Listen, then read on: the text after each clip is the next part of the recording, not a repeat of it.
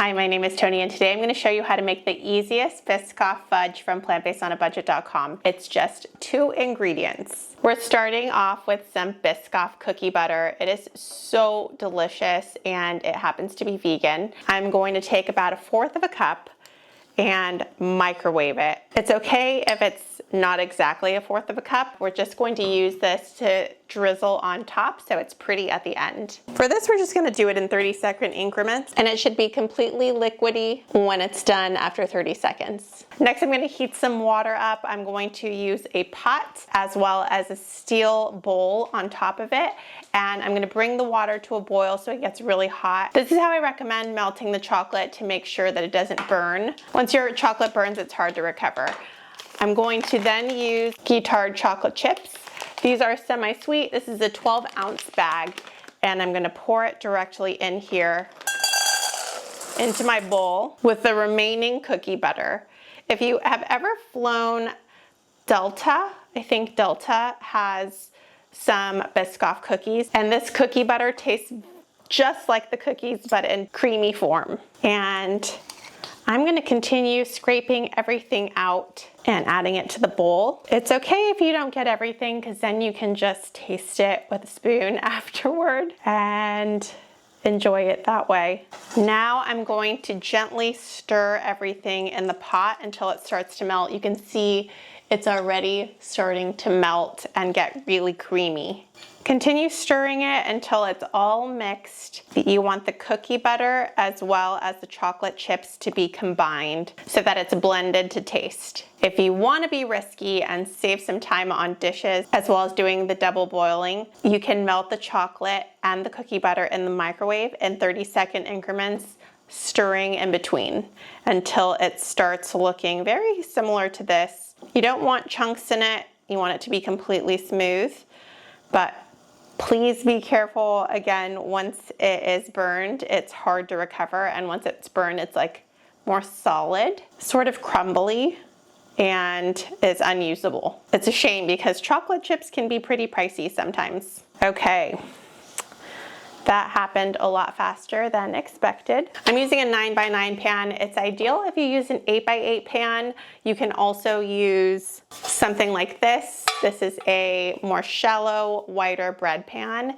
If you have one of these and you don't have a square pan, that's totally fine. Your fudge is gonna be a little bit thicker, but all we really want it to do is level out, be a little bit flatter and thinner so that we can cut it. If you don't mind cutting it in different sizes, that's totally fine. The only thing about doing it in something like this versus something more shallow is that it's gonna take more time in the refrigerator than the normal 5 hours that I recommend in the recipe, which is down below. I am using some parchment paper to line the bottom. This is gonna make it much easier to pull out when it's all done. You can see that I've lined it completely. And now I'm gonna pour the chocolate in, all of it.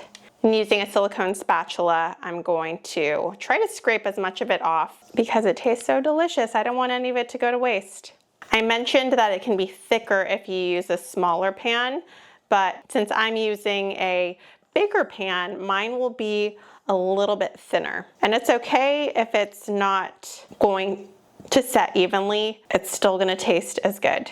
The first time I had Biscoff cookie butter was for my birthday, and someone gave it to me as a gift, my friend Milena, and it was so delicious. And I have since gone on a total Biscoff kick, making all different types of desserts with Biscoff cookie butter, and oh, it's so good.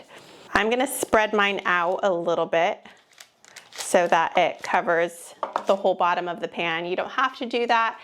Again, it is going to be cut into squares or rectangles if you have a thin pan like mine, and that is totally fine because it doesn't impact how delicious it's going to taste. And with the straight up plain cookie butter, I am going to drizzle it so that it looks pretty on top. You can do anything you want. You can write your name, you can write your kid's initials, you can write your dog's name, and I am simply putting it all over the place. I'm gonna try to get it on as much of it as possible, since I really like the taste of the plain cookie butter when biting into it. It's a nice combination of the one that's mixed with chocolate and the straight cookie butter. So here it is. I'm gonna put it in the refrigerator for 5 hours and come back and show you when it's all done. Well, I almost forgot to show you the end result because I was cutting them and I was getting ready to eat them, and then I finally thought, why did I make these? Oh no, I was supposed to show what they looked like. So ideally I would have shown you what they were like before I cut them, and how you can easily use this to pick them up. And you still can, but I've already cut them. You can see them here. They look delicious. They're nice and smooth. It is so smooth that they're a little bit melty in my hands. So tasty. I have to admit that they're even better than the Biscoff cookies, which I love. But you've got to give them a try. They're so easy. I'm putting the printable recipe down below. And if you decide to make them, please let me know what you think in the comments below. I really appreciate you watching, and I hope you have a wonderful day. Bye.